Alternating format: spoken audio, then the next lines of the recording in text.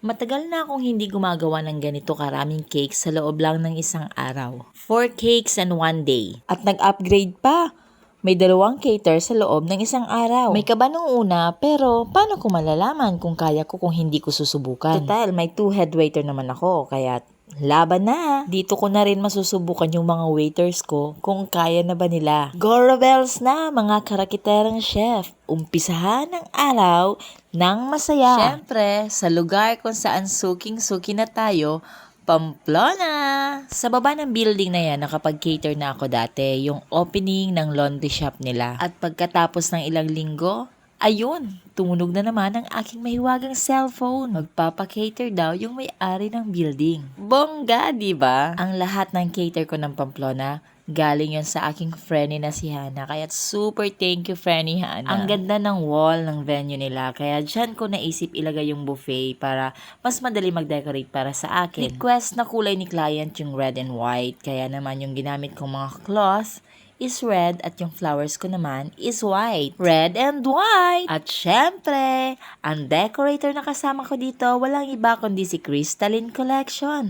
O diba, hindi ko na nakalimutan yung pangalan nila. Lahat ng event ko dito sa Pamplona, siya lagi yung decorator. Kasi galing din siya kay Frenny Hana. Magkakilala din sila. Kaya every time na may cater ako, siya yung katandem ko. At syempre, ito naman ang aking obra maestra. Sa akin na rin kasi sila umorder ng cake. Isang welcome home at isang anniversary cake. Talented ang rakiterang chef nyo, kaya't kahit saan, pwede ako. At syempre, bago magsimula ang trabaho, picture.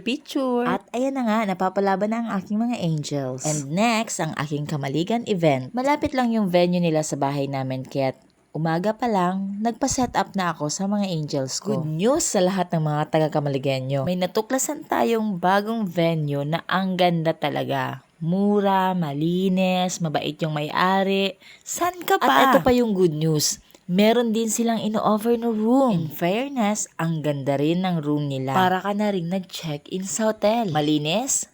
Check. Magandang kama? Check. Mabango? Check na check. Malinis at magandang CR.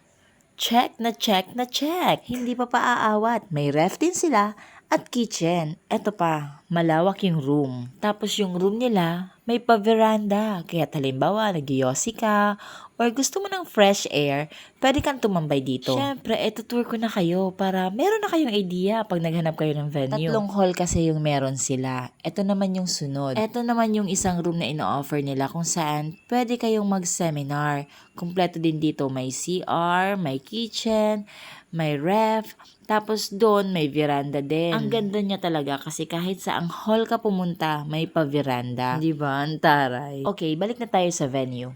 Yung menu na in-order nila sa akin is sotanghon, butter chicken, pork steak, tapos chop suey, rice, dessert, and juice. Bali yung mga in-avail nila sa akin is food, waiters, utensils. Kasi nga, diba, venue sila, kaya meron silang sariling table and chairs. Since all set na sila, okay na, balik na naman ako sa Pamplona, diba? Kulang na lang paghati-hatiin ko yung katawan ko, pero okay lang, ang saya naman. Ito yung hall na sinasabi ko sa inyo kanina, yung sa baba, kung saan pwede kayong mag-book ng 100 to 150 packs, kasi malawak ito. Tapos dun sa kabila, meron silang basketball court, kung saan pwede rin gamitin. Saan located ang venue na to? Dito lang sa San Mateo, Camaligan, Camarines Sur. RB Core Builders. Maraming salamat po sa tiwalang ibinigay niyo sa amin. Kaya't after ng trabaho, wala sa bokabularyo ni Ragi tsura ng napapagod. Kaya't ayan, nagawa pa nilang mag-video. In fairness ulit, mga singer ang mga angels ko.